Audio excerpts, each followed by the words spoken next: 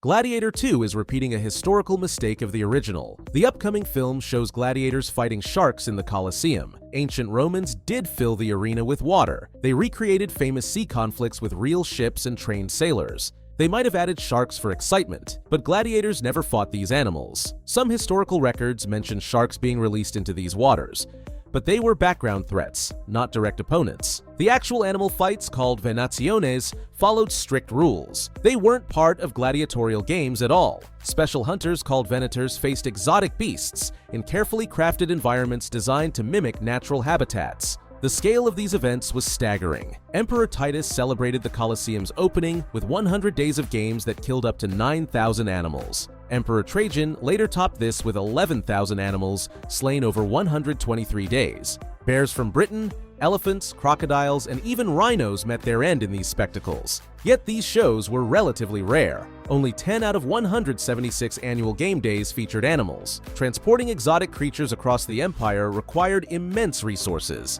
Each beast needed proper care and housing. The Naumachia proved even more challenging. Making the Colosseum watertight demanded extraordinary engineering. The Romans managed this feat but abandoned water shows within the amphitheater's first years. The structure proved hard to waterproof and drain.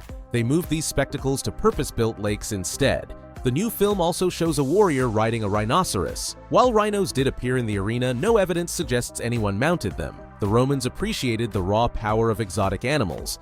They didn't turn them into steeds. These historical liberties mirror choices made in the original film. The first Gladiator created dramatic fights that looked nothing like actual Roman combat. Real gladiatorial matches followed strict rules.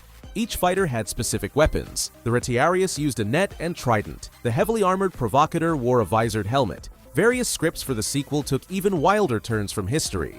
One version, written by musician Nick Cave, had Maximus fighting through the afterlife. The warrior would return as a Christian, battle ancient gods, and end up cursed with immortality. The story culminated with Maximus fighting in the Crusades, World War II, Vietnam, and finally working at the modern Pentagon. Another rejected script suggested copying Jesus' resurrection. Maximus would be carried to a cave anointed with oils and emerge from behind a rolled-away stone. Russell Crowe, the original star, had to remind the studio they didn't have rights to that particular story.